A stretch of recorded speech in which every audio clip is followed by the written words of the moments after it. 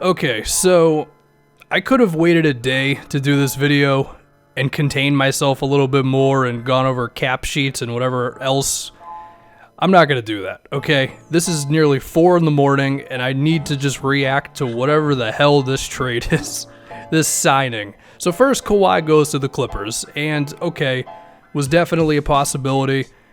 I've seen a whole bunch of clowning of Laker fans on Twitter because they all thought Woj was lying, and okay, a little deserved, let's be honest here. They got Anthony Davis and LeBron, they're going to be fine. But, okay, so Kawhi signs, but apparently this whole Paul George thing comes out about him and Westbrook were apparently disgruntled, and Kawhi told the Clippers, hey, we're going to come to your team if you trade for Paul George. And I've never cursed on this channel before, but holy shit, did the Clippers trade for Paul George. They traded an unprotected pick in 2021, which is a Heat pick. Unprotected in 2022. 2023, it's a Heat pick again. 2024, 2026, and then also their own pick in 2023, which is a pick swap, and 2025, which is also a pick swap. Good freaking lord. I guess if you want Paul George bad enough, you can get Paul George. They also put Shea and Gallo in the trade as well, and you know what? That's a pretty damn good return for OKC, and I'll make a video about them because Lord knows I love views on YouTube. But are you freaking kidding me? So, and I know this is not my usual thing, but I'm off the rails at this point. So, like, what is the Clippers starting five? It's Patrick Beverley, Kawhi Leonard, Paul George, someone at center, maybe it's Montrez, maybe it's Zubats or whatever the hell else. Shamit is your other guy or something, I don't know. And of course, Lou is the third scorer. This immediately puts the Clippers somewhere in the title contention thing.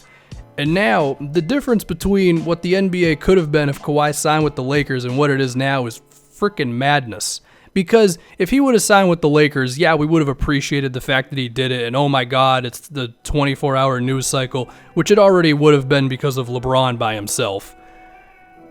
But they would have also been unbeatable, right? And maybe if we tried hard enough, we could have found little things and been like, oh, is the relationship between LeBron and Kawhi there? And it probably would have been funny, let's be honest.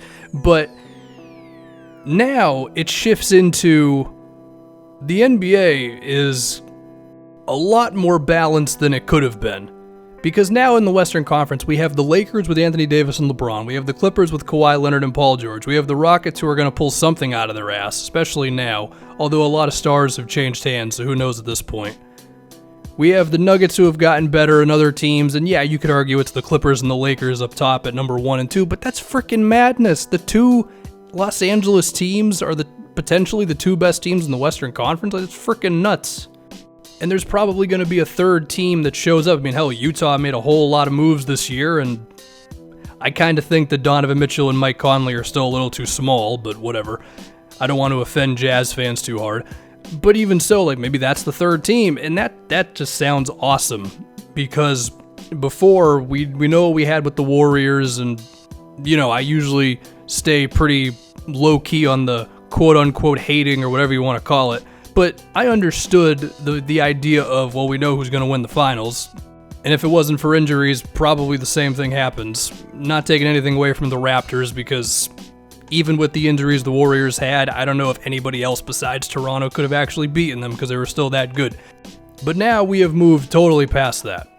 Now you can argue that the Lakers are still better. I mean, I don't know. What's better? This version of LeBron, however old he is, and Anthony Davis, or Kawhi Leonard, who apparently just keeps getting better, and Paul George, who just had his best season.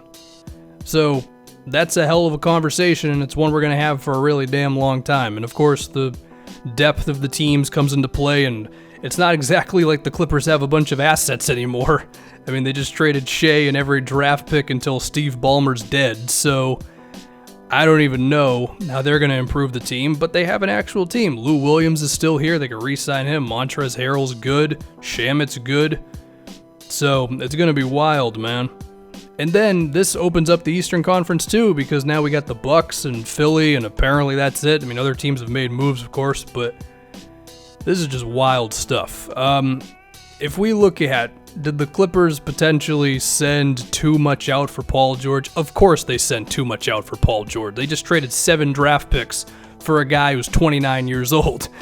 But if you got to do it and you got to pair up Paul George with Kawhi and they're together for the next 4 to 6 something years, I guess you do it. I'm not faulting them for it, but I could be 3 years from now. I don't know. Anyway, I don't know if I have anything in me to say anymore about this trade. Like, the magnitude of this is just otherworldly. And again, I am going to have a video for this about the Thunder, but for the Clippers' sake, yeah, they're title contenders. Funny little thing, they have their 2020 first, so that's nice. There's an asset for you. And, I mean, Shamit's still tradable, so you could swap him for something. You could also just keep him because the dude was playing big minutes in the playoffs and looking pretty good. So I'm confident the Clippers can have an actual roster here. It's going to be really freaking fun to see the Lakers and the Clippers be at the top of the league, and Jesus Christ. Yeah.